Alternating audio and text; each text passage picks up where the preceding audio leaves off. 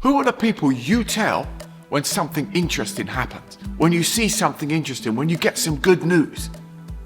Used to be a generation or two ago that we just went to the people we were geographically close to, or maybe we wrote a letter to somewhere far away.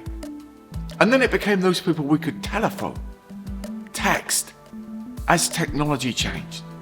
These days, everyone can tell everyone through the internet, through the platforms we have. I remember when I started blogging about 20 years ago, it was amazing to me that I could put something out and people around the world could access it.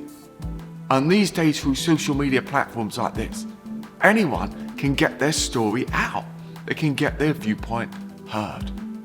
That may or may not be a good thing.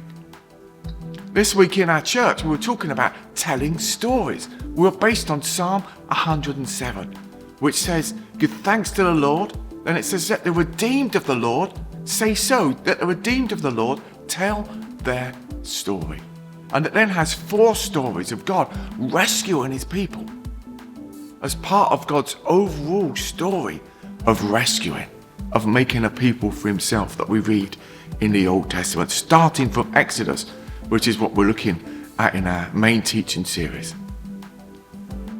God rescues his people, and the psalmist invites us to tell our story, to make known the deeds God has done for us, however we can.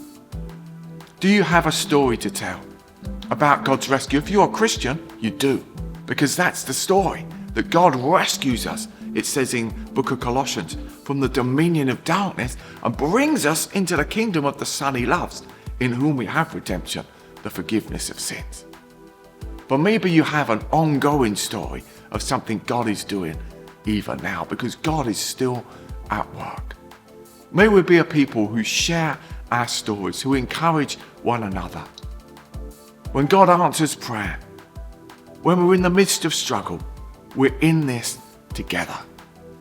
So let's tell the praiseworthy deeds of God to one another in the church, to encourage one another, and shout it out to those outside that God is still on the throne, that Jesus is risen, and we have a hope. This is our midweek thought. We'd love to see you for worship on Sunday, here in our building or online. Keep in touch. We'd love to hear from you. God bless.